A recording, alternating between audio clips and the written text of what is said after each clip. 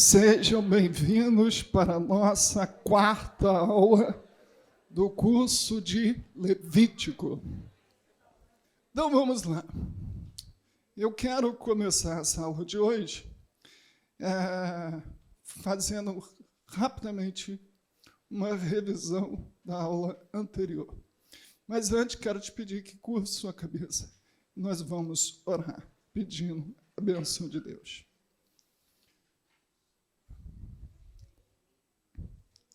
Senhor, estamos de volta para mais um período, mais uma aula. Eu quero te pedir que a sua unção, que a sua graça esteja conosco, da mesma forma que esteve na primeira aula, que o Senhor continue conosco. Queremos, Senhor, ouvir a sua voz através das Escrituras. Que ela possa nos ensinar. E o nosso coração está aberto para poder receber aquilo que o Senhor tem nos ensinado a cada aula que está sendo ministrada. Portanto, nos abençoe. É o que nós pedimos. Em nome de Jesus. Amém.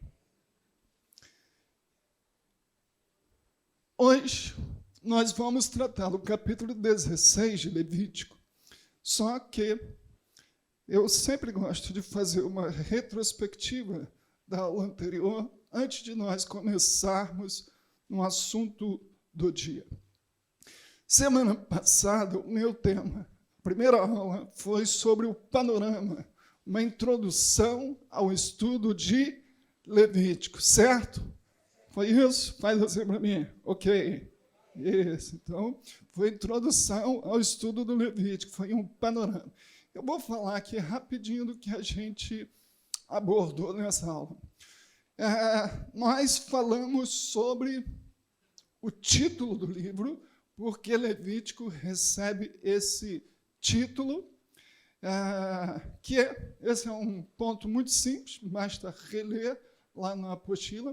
Depois nós falamos do propósito de Levítico. Por que Levítico foi escrito?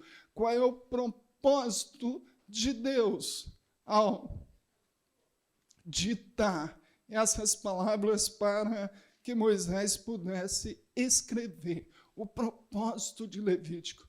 Você está lembrado que nós falamos que, de uma forma bem resumida, nós poderíamos dizer que o propósito de Levítico era orientar o povo de Deus sobre adoração, sobre uma vida santa, para que eles pudessem desfrutar da presença, das bênçãos decorrentes dessa presença de Deus.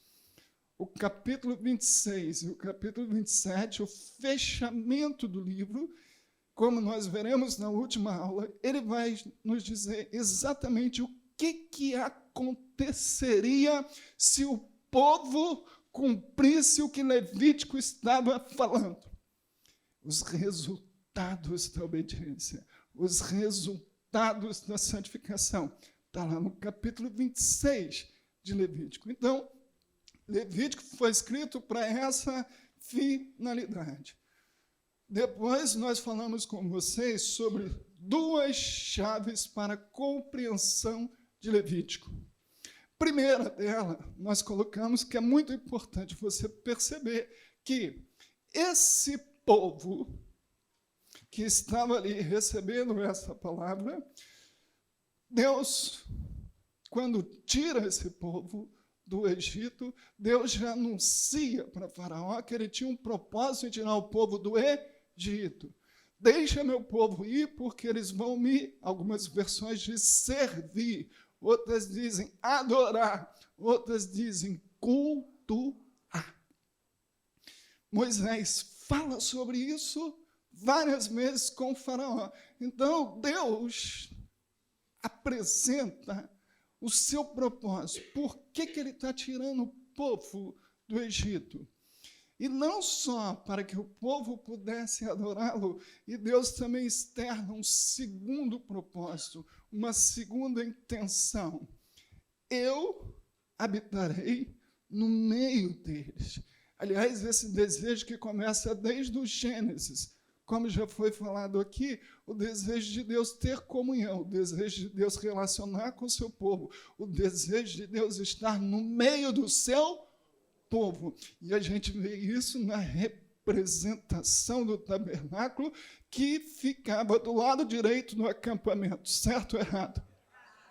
Onde que ficava? No centro, no meio. E o tabernáculo era o símbolo, então, da presença de Deus. Ali Deus manifestava a sua presença, certo? Então, duas chaves para você compreender Levítico é você entender esses propósitos. Um terceiro ponto que nós falamos é a relação de Levítico com Êxodo. Você não pode esquecer que o livro de Levítico não é um livro isolado. Ele faz parte de um conjunto de livros que é chamado Pentateuco. Então, nós temos Gênesis, Levítico, Número e Deuteronômio. Então, ele é o terceiro. E ele é o terceiro. Se ele é o terceiro, há uma conexão desse livro com o que está sendo revelado, com o que está acontecendo dentro desses conjunto de livros que nós chamamos de Pentateuco. Então, existe uma... Levítico é uma continuação do que começou ali em Êxodo. Êxodo, o tabernáculo fica pronto, e agora vai começar o culto, e agora Deus está instituindo as regras, as normas, como que os sacerdotes iriam proceder, como que os adoradores iriam proceder, para poder fazer o quê? Agradar a Deus. Para poder agradar a Deus é muito fácil, cada um faz o que está na sua cabeça, segundo a sua consciência, e Deus entende todo mundo e se agrada de todos, amém? Nada disso. Deus só se agrada daqueles que seguem aquilo que Ele fala. É isso que a gente aprende. Relação de... Depois falamos sobre a teologia de Levítico. Dentro da teologia de Levítico, nós destacamos que esse livro ele tem alguns temas muito presentes. Dentre eles, o principal deles, qual é? Santidade de Deus. A santidade de Deus é o tema principal de Levítico. E, obviamente, a teologia do livro, ela gira em torno desse ponto da santidade de Deus e, por consequência, o que Deus espera do seu povo, levando-se em conta que Ele é um Deus santo. A santidade de Deus, depois falamos também que um outro ponto forte dentro da teologia do livro é a presença de Deus.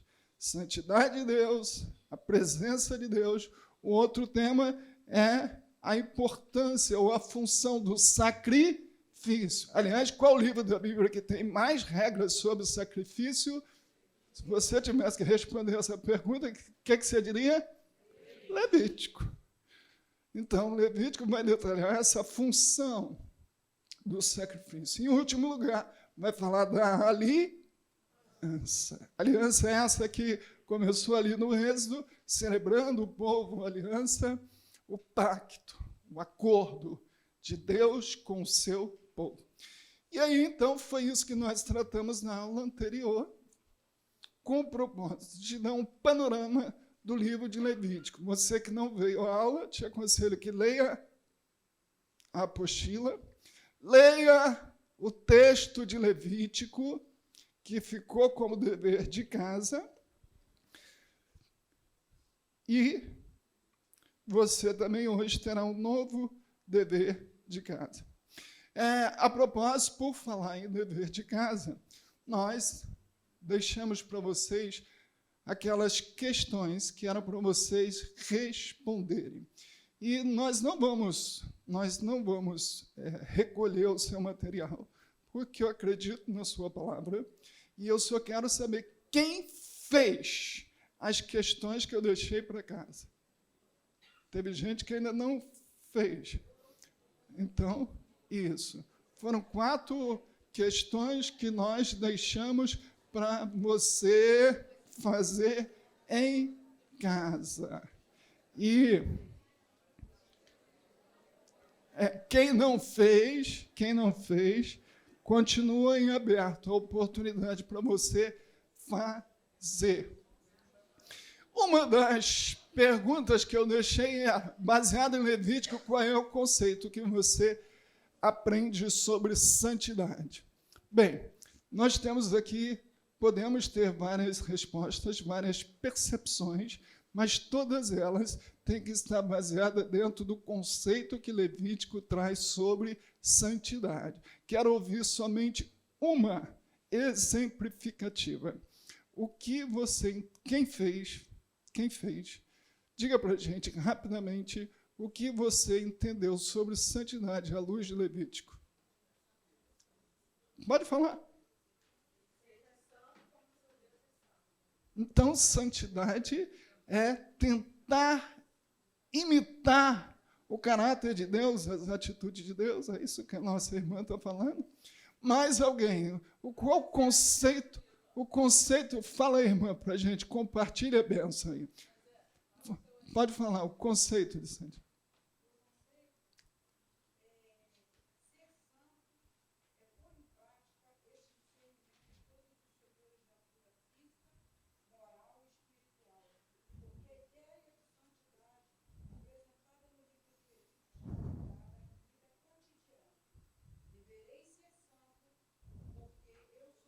Glória a Deus.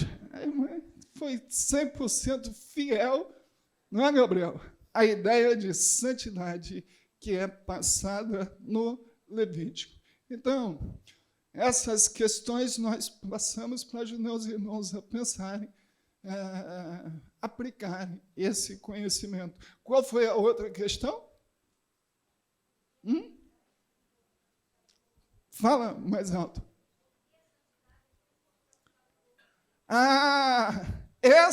Quem responder essa... Estou sentindo que o Rafael vai querer dar uma caixa de bombom para quem respondeu essa pergunta certa. Qual é a importância da santidade? Por que a santidade ela é tão importante, ela é tão relevante no nosso relacionamento com Deus? Quem responde essa? Olha, a caixa de bombom. Quem responde essa é a mais fácil, né? Por quê?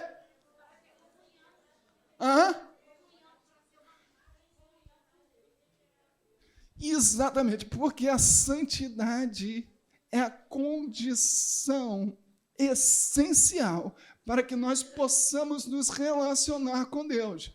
E não só nos relacionar com Deus nesta vida, mas também estarmos ao lado dele por toda a eternidade. Por isso que a santidade ela é tão importante. Mas, você que fez, então, considere-se aprovado. Agora, você que não fez, está me devendo. Na próxima aula, eu quero que você diga, consegui fazer. Porque vocês prometeram que vieram para o curso para fazer o quê? Estudar. Vamos para a aula de hoje. O dia da expiação. Abra sua Bíblia, Levítico, capítulo 16.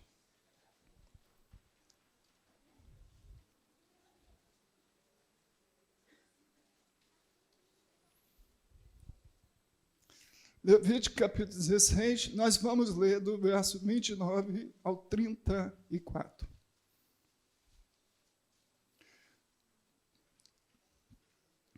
Você não pode terminar esse curso sem ler o capítulo que funciona como eixo do livro de Levítico. Capítulo 16, o dia da expiação, é o capítulo que funciona como eixo entre o que está antes e o que está depois. Então, você precisa ler esse capítulo. Você não pode terminar Levítico sem ler esse capítulo algumas vezes, que esse é um capítulo central do livro. Versos 29 até o verso 34. Isso vos será por estatuto perpétuo. Em qual mês? No 7º. Qual dia? 10. Afligireis a vossa alma e nenhuma obra fareis. Nem o natural, nem o estrangeiro que peregrina entre vós. Porque naquele dia se fará o quê? Expiação por vós, para purificar-vos. E sereis purificados de todos os vossos pecados perante o Senhor. É sábado de descanso solene para vós outros, e afligireis a vossa alma. Como usa essa expressão aqui? É sábado, ele quer dizer o seguinte, é um feriado, é um dia especial esse. E, trazendo para a nossa cultura moderna, dizer que é o sábado significa dizer que é um dia de feriado, que ninguém vai trabalhar, todo mundo está dispensado, todo mundo vai ter que se dedicar a essa atividade. É o sábado de descanso solene para vós outros, e fareis o quê? Afligireis a vossa alma. É estatuto perpétuo. Quem for ungido e consagrado para oficiar como sacerdote no lugar do seu pai, fará expiação, havendo posto as vestes de linho e vestes santa. Fará expiação pelo santuário, pela tenda da congregação e pelo também a fará pelos sacerdotes e por todo o povo da congregação, juntos. E isto vos será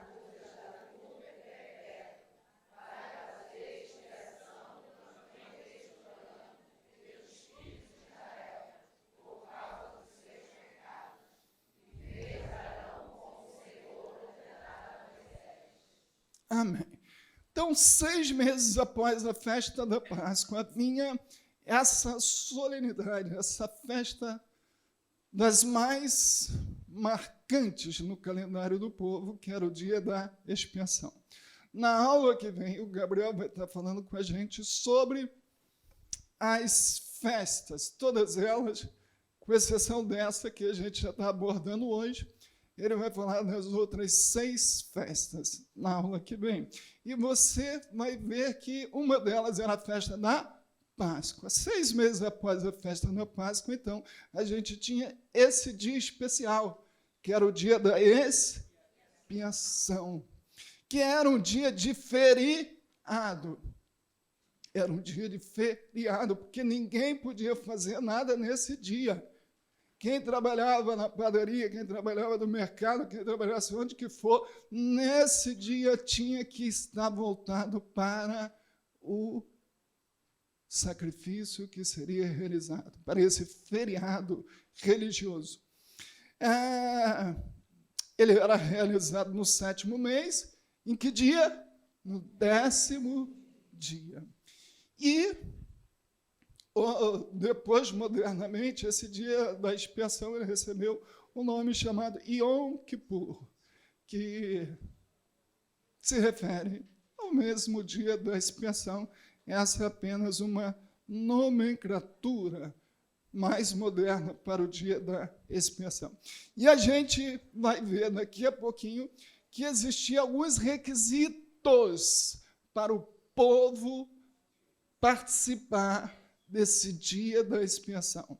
Não só os sacerdotes, o sumo sacerdote, tinham os seus deveres, o seu ofício para esse dia, como para o povo também tinha alguma regra estabelecida para poder participar desse momento. O certo é que era um feriado nesse dia. E todo mundo tinha que participar.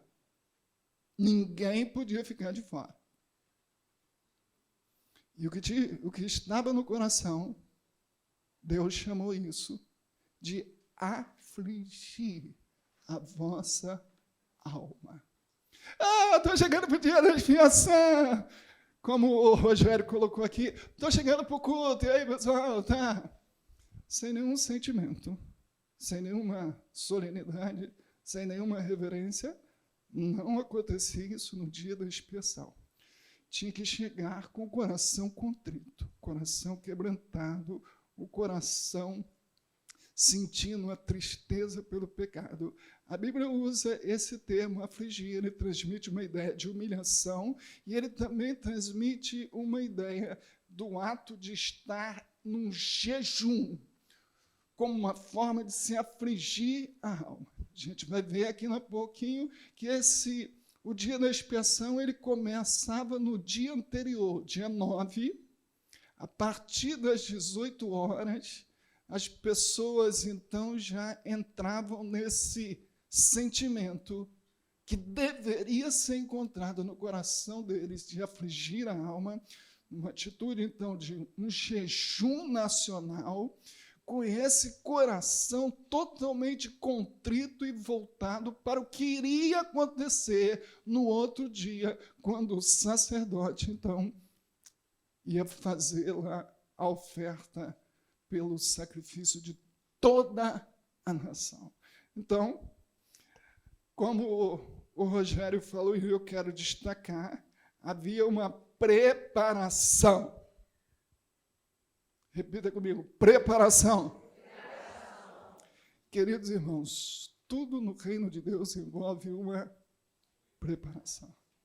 Se você observar o desfecho da história do Antigo Testamento, nada mais é do que uma preparação de Deus.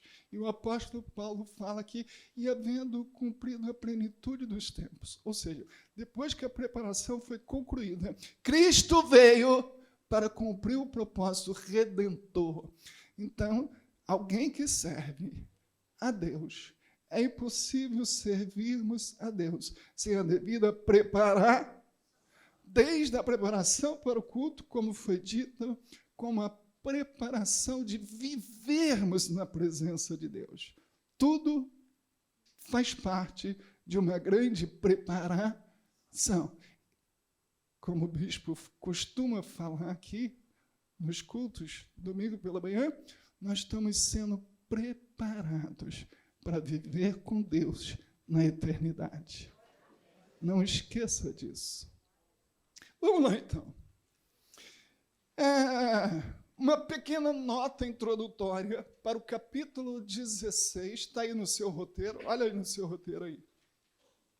Eu chamei de uma pequena nota introdutória para a compreensão do capítulo 16.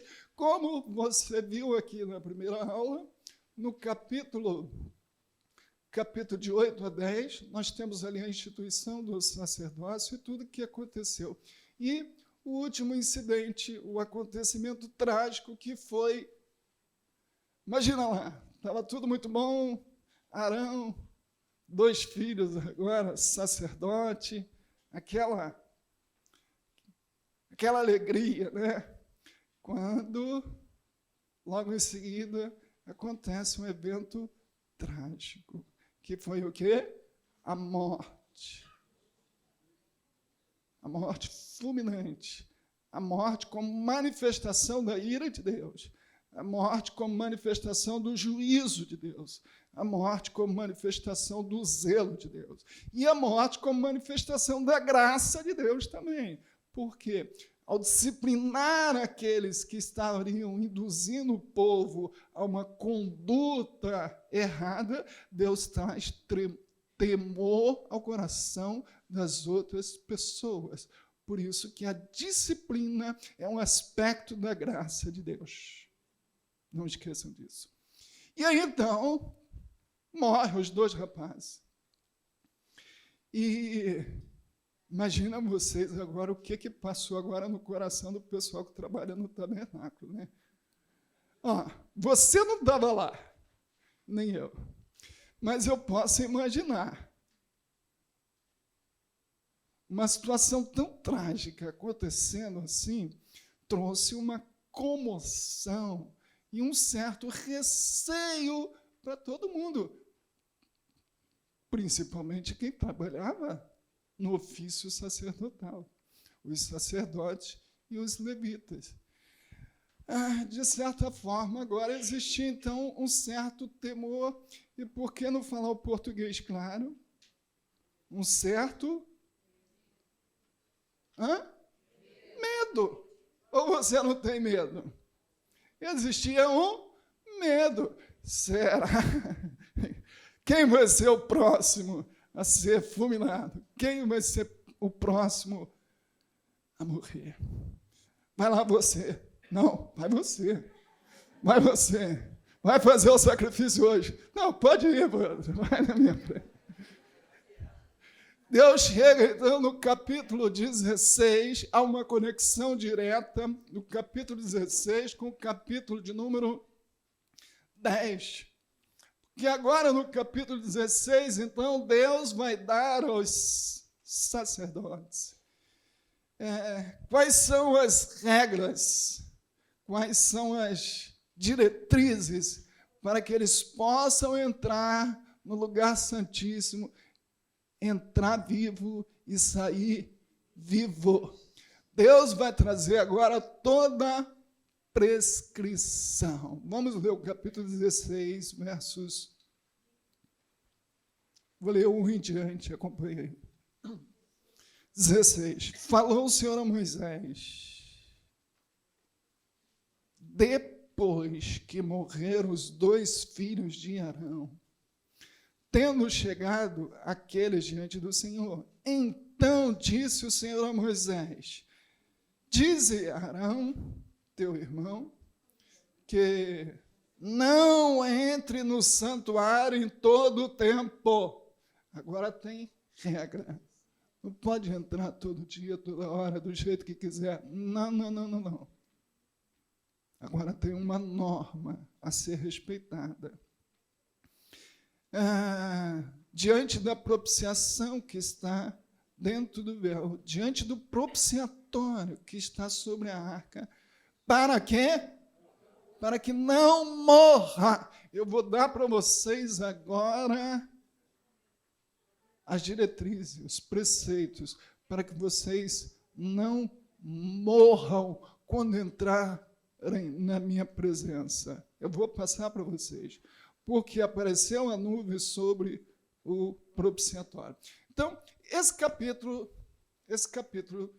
16, o dia da expiação, ele vai, então, trazer uma paz, trazer uma tranquilidade, trazer uma orientação para o coração de todos aqueles sacerdotes, todos aqueles levitas que tinham passado por aquela experiência um tanto quanto trágica e inesquecível de ver o colega deles sendo fulminados lá. Então, Levítico vai mostrar o que fazer para que isso não aconteça nesse capítulo 16. Deus vai falar aqui como que o sacerdote, deveria fazer para entrar no Santo dos Santos. Próximo. Qual a data do dia da expiação e como era celebrado? Olha aí para a sua apostila. Vou repetir. Aliás, leiam para mim. Qual?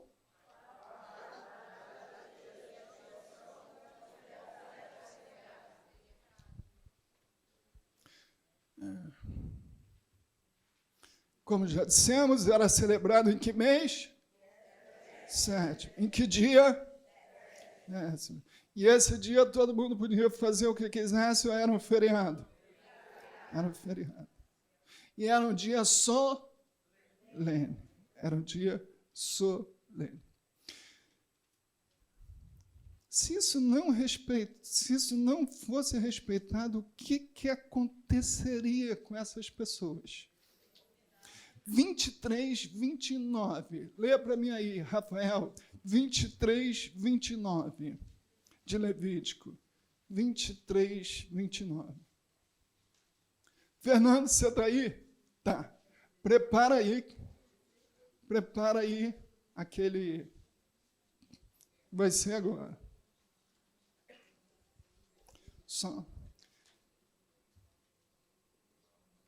que aconteceria se essa pessoa não observasse? Leia. Levítico 23, 29.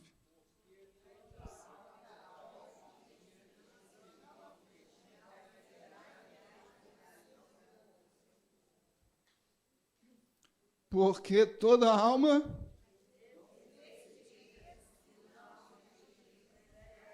será o quê? Eliminado do povo. Todo mundo tinha que vir, sim ou não? Todo mundo tinha que participar? Sim, todo mundo tinha que participar. E como que fazia para poder chamar o povo para o dia da expiação, professor Gabriel? Se fosse hoje, a gente mandava uma mensagem no WhatsApp. Pessoal, próximo dia 10, nós teremos uma festa especial na igreja. Então, manda mensagem aí. E naquela parte, o que acontecia? Fernando, coloca aí para a gente. Naquele dia.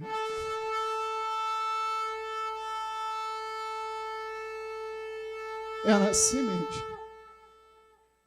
Era o toque da trombeta. Não tinha um WhatsApp. Aí todo mundo escutava.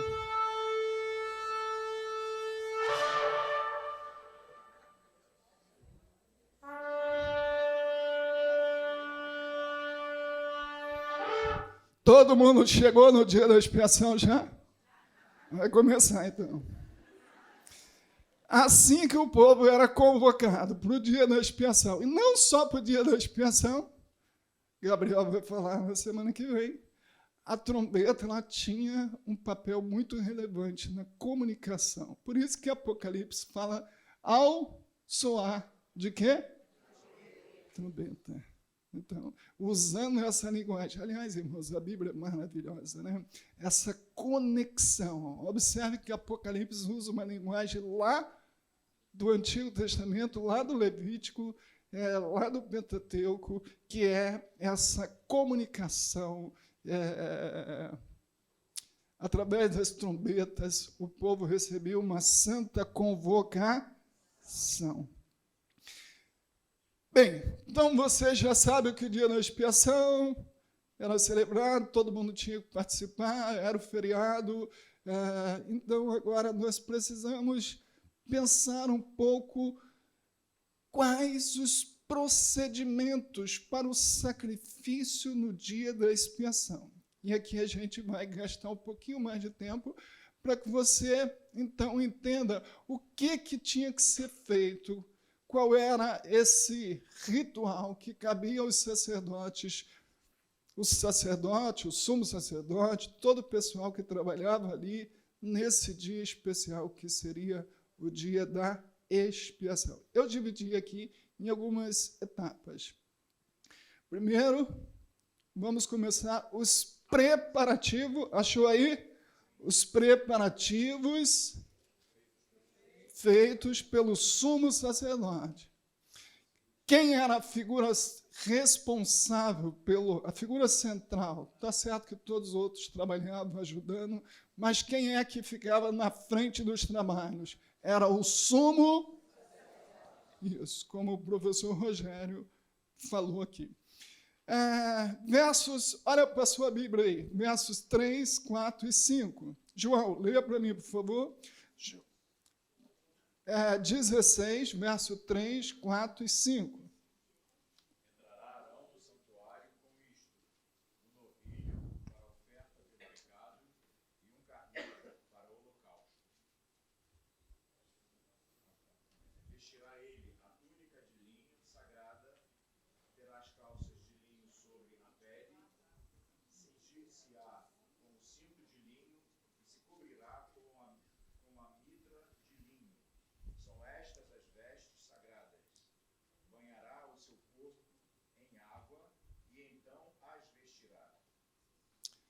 Então, 5. A congregação dos filhos de Israel tomará 2 bodes para a oferta pelo pecado e um carneiro para o holocausto.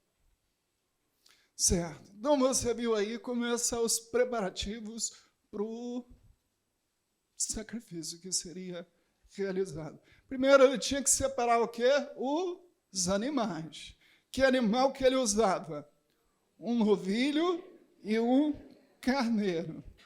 Isso era para ele oferecer por quem? Pelo pecado dele e da sua família. Mas era só esses animais? Não.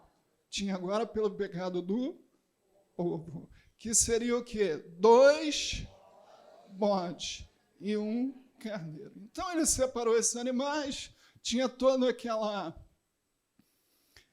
aquele cuidado, como o Gabriel falou na aula passada, tinha que ver se o animal era perfeito, não podia ter um defeito para poder ser oferecido. Então, depois de fazer toda essa vistoria, de conferir tudo isso, em seguida, o que ele tinha que fazer? Ele tinha que tirar suas vestes, sua veste de gala, sua veste festiva, especiais, que era a roupa do sumo sacerdote, aquela figura que o Rogério mostrou para vocês. E ele tirava aquela veste especial e vestia uma veste simples, que era uma túnica, possivelmente branca, né, de linho, e agora ele vai oficiar no dia da expiação, vestido com esse traje, com essa roupa simples. Com isso, o sumo sacerdote, por que isso? Porque com isso ele estaria se igualando aos outros sacerdotes, numa atitude simbólica de humilhação, e dessa forma ele estaria preparado para servir ao Senhor e o seu povo no dia da expiação. Nós não vamos ler por causa do nosso tempo, mas aqui há um paralelo entre o que acontece com o sumo sacerdote e o que aconteceu com Cristo. Eu coloquei aqui 2 referências para você ler. Uma delas é a de Filipenses, capítulo 2, verso 5 em diante, que é o texto que fala da humilhação de Cristo, como que ele abandona a sua glória no céu e se reveste da humanidade e passa por todas as humilhações até chegar à cruz. Letra B. Então, primeiro separou os animais, pegou as suas vestes, se banhou, logicamente, aqui também não podemos deixar de destacar isso aí, né?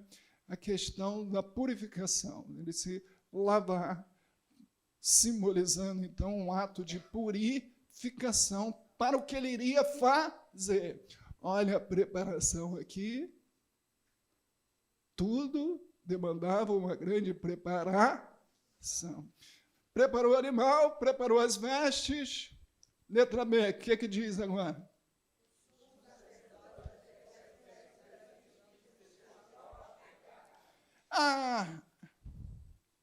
Só que antes dele oferecer o sacrifício pelo povo, ele não pode esquecer que ele também é um pecador.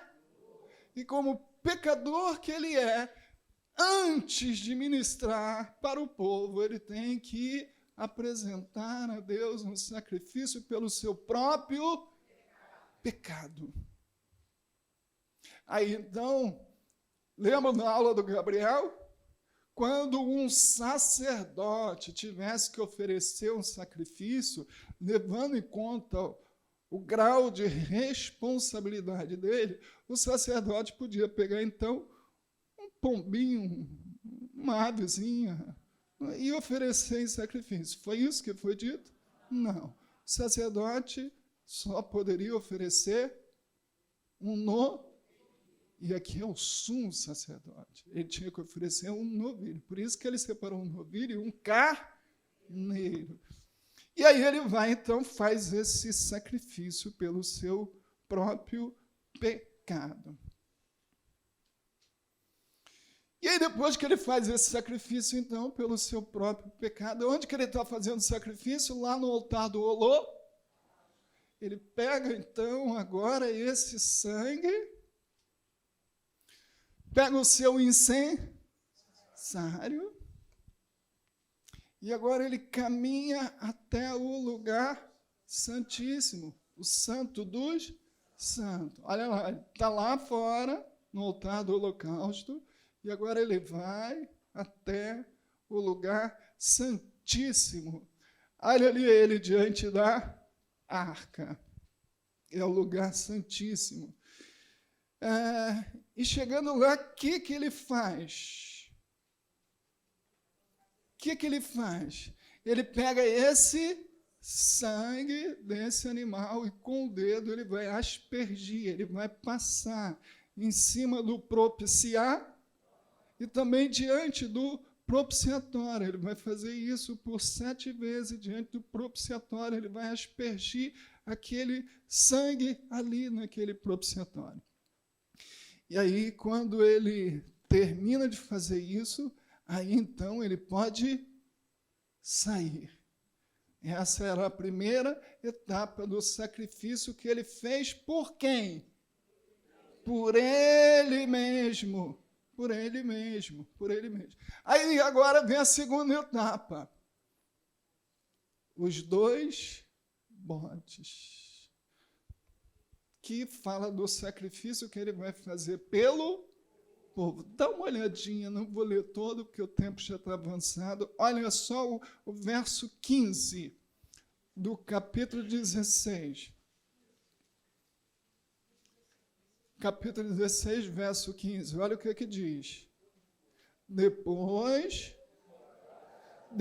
de que, irmãos? Depois do que aconteceu, a oferta pelo sacrifício dele. Depois, imolará o bode da oferta pelo pecado, que será para e trará o seu para dentro do véu e fará com o sangue como fez com o sangue do novilho. Então, o ritual aqui era o mesmo, da mesma forma que ele fez com o sangue do novilho, aqui com o sangue do bode, que era a representação, o sacrifício do povo, ele ia agir da mesma forma, aspergi-lo no propiciatório e também diante dele.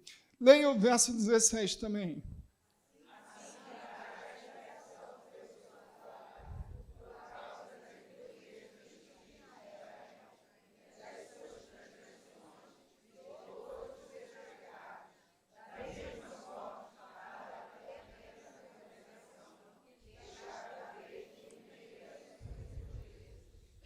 Você observou aqui um detalhe importante, que ele faz a expiação pelo pecado dele, pelo pecado do povo, só que mostrando o grande poder contagiante do pecado, o texto aqui também destaca uma coisa.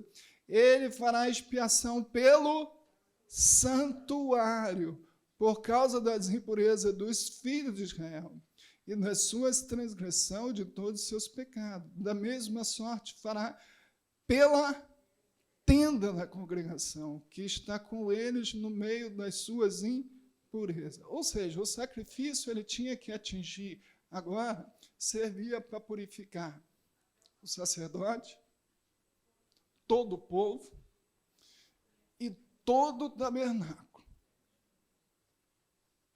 Por que isso está escrito? Por que Deus estabeleceu dessa forma? Porque Deus queria mostrar ali que o contato, como a gente vai ver em outras partes do livro, que o pecado, ele, quando algo se tem contato com o pecado, o que era puro se torna impuro. Isso fala do poder de contágio, o poder, trazendo para a nossa linguagem moderna, o poder da influência. Aliás, eu acho que a expressão contágio, como o Gabriel usou na aula passada, né, uma expressão aí da área da biologia, da área médica, né, expressa melhor isso, né? Todo mundo aqui está lembrado do tempo da Covid, como que o vírus se espalhou, né? Começou na China e chegou no Brasil, rapidamente. É exatamente esse mesmo poder de se espalhar, de se contagiar, que tem o pecado. E aí os dois bodes, um era morto pelo pecado. E o que acontecia com o outro, irmãos?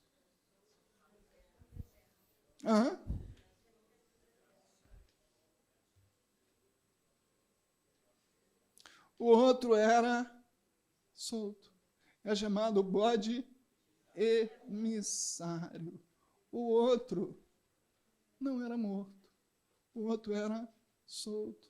Só que antes desse bode ser solto, verso 21. Olha que coisa linda. Leiam juntos esse verso 21.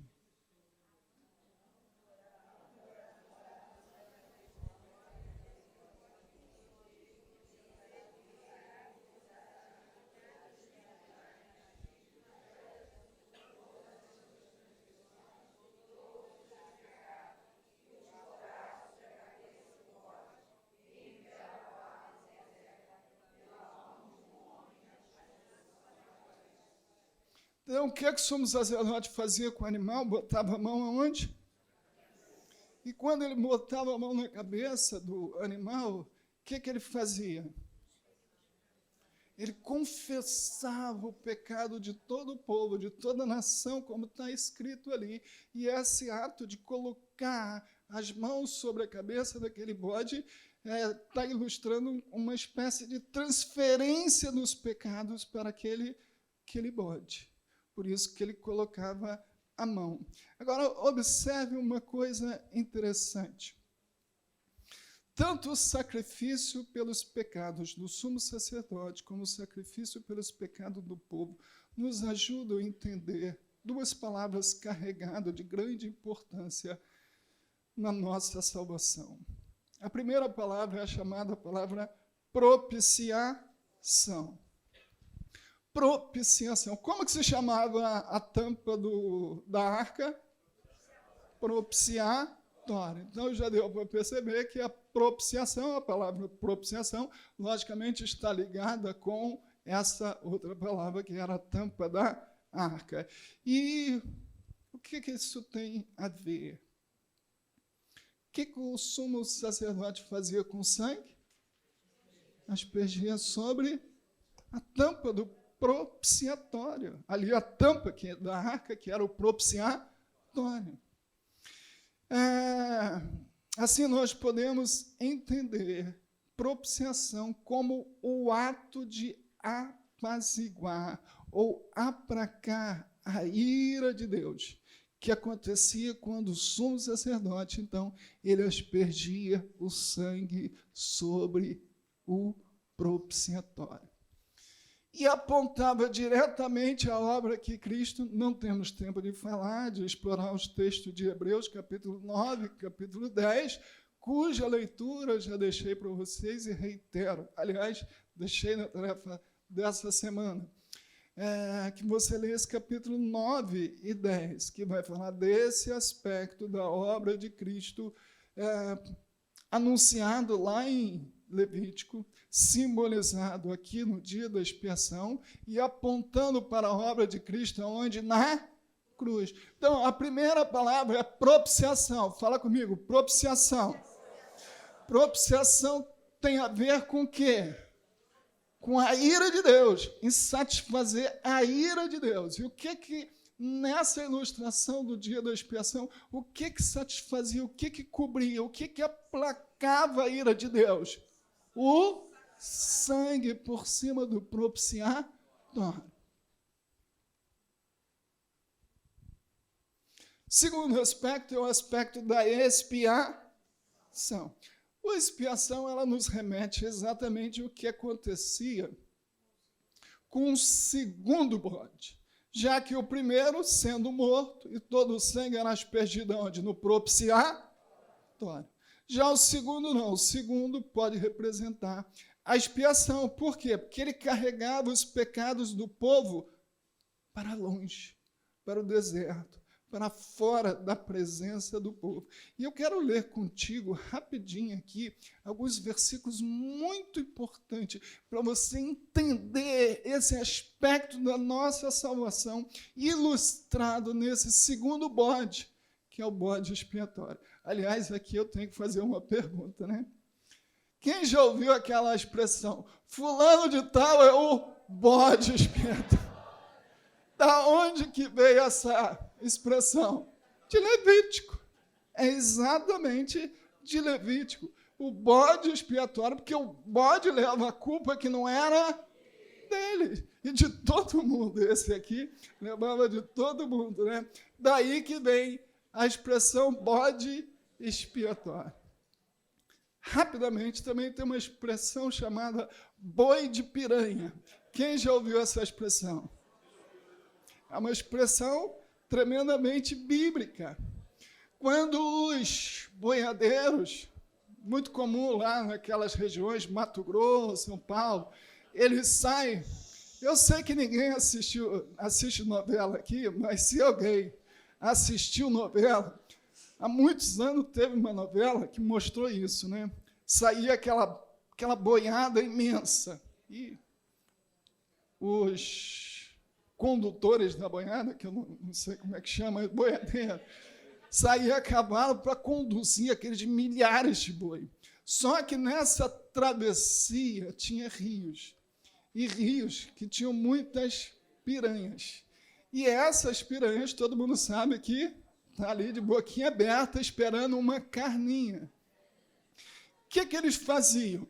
Eles pegavam aquele boizinho que já estava meio debilitado, meio cansado, dava logo um corte nele, ele começava para ele sangrar, e aí então imolava ele e jogava ele ali no rio. E o boiadeiro conduzia a boiada por rio acima, assim, alguns quilômetros, alguma distância daquele ponto, né, para que as piranhas, quando chegasse aquele boi lá, aquele sangue lá, ia todo mundo para aquele ponto do rio. E lá na frente, a boiada passava tranquilo, porque todas as piranhas que estavam lá vinham para cá, e aí ficava todo mundo ali naquele boizinho ali, e a boiada passava livre lá na frente. Daí a expressão, boi de piranha. Então, estudar a Bíblia é cultura. E que cultura! Aí os dois, voltando aqui então. Segundo bode. Sim, agora eu quero te mostrar esse aspecto do segundo bode. Vamos ler. Eu vou falar algumas pessoas específicas para a gente ler rápido. João, lê para mim Salmo 103, verso 12. Camila, lê para mim Isaías 38, 17. Élida, Isaías 43, 25. E Gabriel, Miqueias 7, 19.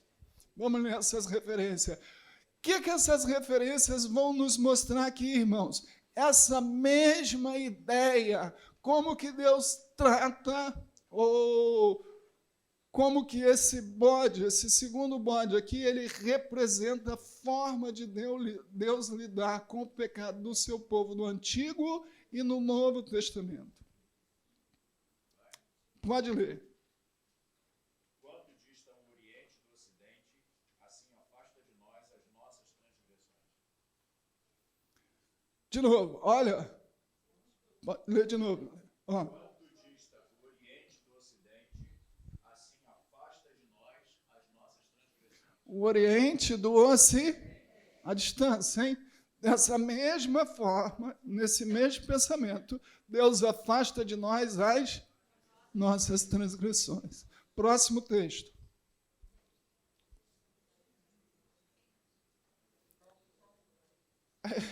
Agora eu já não lembro quem eu falei. Lê. Isaías 38, 17.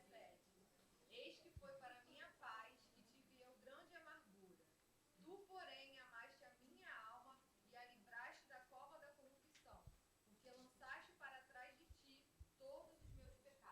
Isso aí.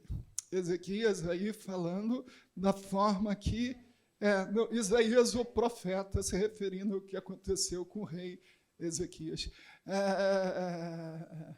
A forma do pecado ser lançado para trás das minhas costas. O próximo texto. Isaías 43, 25. Eu mesmo sou o que apago as tuas transgressões, por amor de mim, e dos teus pecados não me lembro. Ah, que coisa boa. Ele nem sequer se lembra dos nossos pecados. Olha o bode aí, vai para o deserto, leva para longe, fora da vista do povo, ilustrando o que aconteceria com esses pecados. Próximo texto. Miqueias 7:19. Tornará a ter compaixão de nós, pisará os pés das nossas iniquidades e lançará todos os nossos pecados nas profundezas do mar. Aleluia! Não fique lá pescando o seu pecado, porque ele já foi lançado. Nem permita que o diabo venha te lançar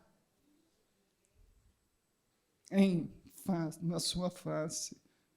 A que você era, o que você fez. Isso não tem mais nenhuma importância, porque o próprio Deus, e observe que não é um texto, são vários textos, ilustrando ainda o que acontecia com o próprio bode que era levado, a forma que Deus lida com os nossos pecados depois que eles são expiados. Louvado seja Deus por isso. Irmãos, nosso tempo já se foi, eu preciso correr rapidinho para encerrar aqui agora. Não vou prosseguir em todos os detalhes do procedimento agora, vocês lêem em casa. Vou pular para qual era o propósito do dia da expiação. Aliás, isso é muito difícil, né? Qual era o propósito do dia da expiação?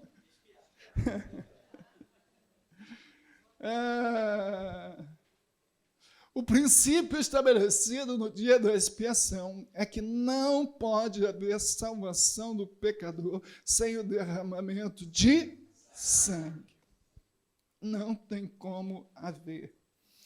E os sacrifícios oferecidos no dia da expiação proporcionavam uma tríplice purificação. Primeiro, leiam. Segundo. Terceiro. E tudo ficava purificado no dia da expiação. Agora, o dia da expiação era uma ocasião de confissão e arrependimento. O dia da expiação era uma ocasião de confissão e de arrependimento. O próprio texto de Levítico é claro ao dizer isso, que o povo deveria afligir a sua alma. Como nós já dissemos aqui, essa palavra ela tem o sentido de humilhar, ela tem o sentido de se quebrantar, e ela também tem o sentido de um momento de jejum. Outras referências, e aqui era o que acontecia no dia da expiação, o povo tinha que estar em jejum do pôr do sol de um dia até o outro, para todas as atividades que seriam feitas no dia da expiação. Tem um texto de Tiago que eu queria ler contigo, está aí na apostila, eu coloquei. Tiago 4, 8 a 10. Vamos ler junto. Tiago está aí na apostila. Chegai-vos, e ele purificai.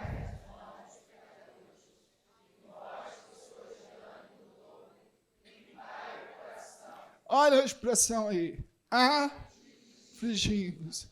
lamentai, chorai, converta-se o vosso riso em pranto e a vossa alegria em tristeza. Humilhai-vos.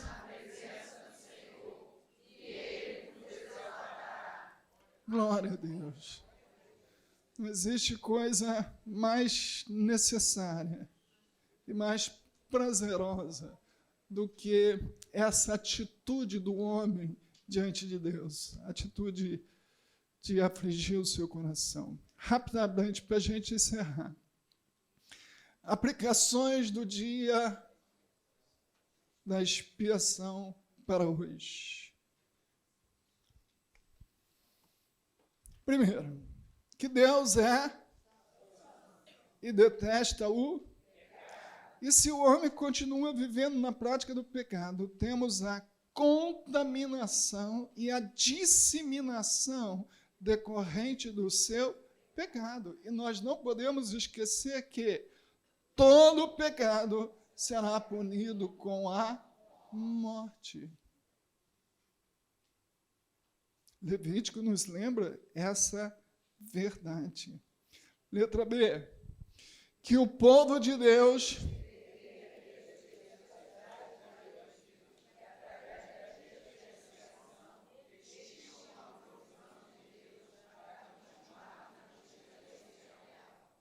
glória a Deus, cada dia da expiação, o pecado do povo, o pecado da nação, tudo passava por essa manifestação da graça de Deus ali, provendo os meios para que o povo recebesse a purificação através desse ato profético que era o dia da expiação. Letra C.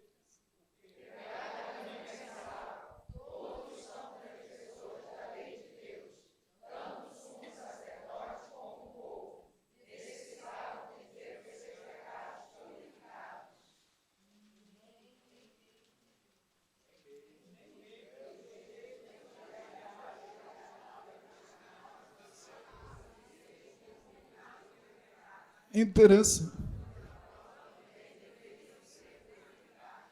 Tudo tinha que passar pela purificação, até os utensílios do tabernáculo. Letra D, vou ler para você. Toda a cerimônia do dia da expiação foi detalhada por Deus a Moisés e deveria ser rigorosamente observada pelo sumo sacerdote. A menor transgressão poderia resultar na morte do sumo sacerdote, como aconteceu com os 2 filhos de Arão. Irmãos, a advertência é clara. Não podemos acrescentar e nem omitir o conteúdo da vontade de Deus que está revelado na Escritura. Deuteronômio, capítulo 4, verso 1 e 2, fala exatamente sobre isso, que você lê em casa esse texto. Muito cuidado quando você ensinar as Escrituras. Muito cuidado quando você pregar. Muito cuidado quando você falar sobre as verdades eternas. Porque nós não podemos acrescentar ou omitir aquilo que a palavra de Deus diz. Infelizmente, o que mais vemos no nosso dia é um festival de pessoas dizendo o que a Bíblia não diz e deixando de falar aquilo que ela diz. E a recomendação, Deuteronômio 4, 1 e 2, fala exatamente disso. Não acrescentareis nada, nem diminua das minhas palavras. É o que Deus fala para Moisés. Encerrando, vou pular aqui para encerrar. Letra não está aí na de vocês, mas está aqui na minha, no meu roteiro. No dia da expiação, o povo era orientado a pedir perdão ao próximo antes de pedir perdão a Deus. Eu achei muito interessante isso. Alguns comentaristas dizendo que existia uma tradição no meio do povo, baseado em Levítico 19, 18. Leia para mim rapidinho, quem achar primeiro. Levítico 19, 18.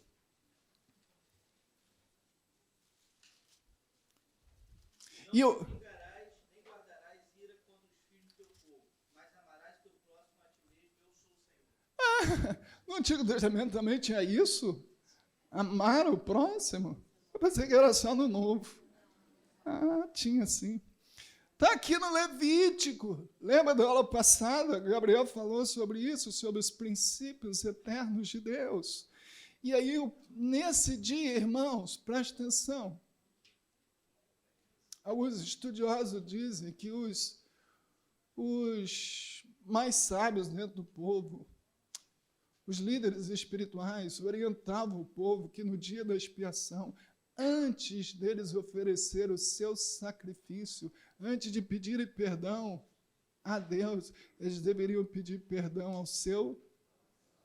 E eu acho que foi por isso que Jesus, Gabriel, usou exatamente isso. Leia para mim, Mateus 5, 23 e 24. E eu acho que é por essa razão que Deus não recebe muitas vezes nosso culto. Que a gente quer prestar o culto a Deus, mas a gente não quer fazer o culto da forma que Deus exige, irmãos. Vou repetir, presta atenção. Por que muitos cultos não são recebidos por Deus? Porque nós queremos prestar o culto do nosso jeito, da nossa forma, com a nossa coração duro, e não queremos nos quebrantar diante da prescrição das Escrituras. E me parece que muitos cultos não são recebidos porque estão fora do propósito pelo qual Jesus estabeleceu. Leia para mim, João, bem alto. Deixa perante o altar a tua oferta, vai primeiro reconciliar-te com teu irmão, e então, voltando, faze a tua oferta. Parece que Jesus está falando lá no Levítico. Não, Jesus não está falando no Levítico, mas Jesus estava lá no Levítico porque ele é eterno. E ele está querendo dizer o seguinte: alô, para prestar culto tem que ser da forma que Deus estabelece. Assim como no dia da expiação, as pessoas deveriam afligir sua alma, confessar o seu pecado, quebrantar-se diante de Deus, procurar o seu próximo, pedir perdão ao seu próximo e depois oferecer a sua oferta. Não tenho tempo de falar aqui, mas no dia da expiação, cada pessoa também trazia uma oferta para o Senhor no dia da expiação. Além de ter a oferta por toda a nação, cada pessoa trazia a sua oferta. Mas antes dessa oferta, tinha que haver isso que Jesus falou, antes do culto. Você procura aquele irmão, se reconcilia com ele, pede perdão e depois vem prestar o culto. Em último lugar, e eu achei isso muito forte,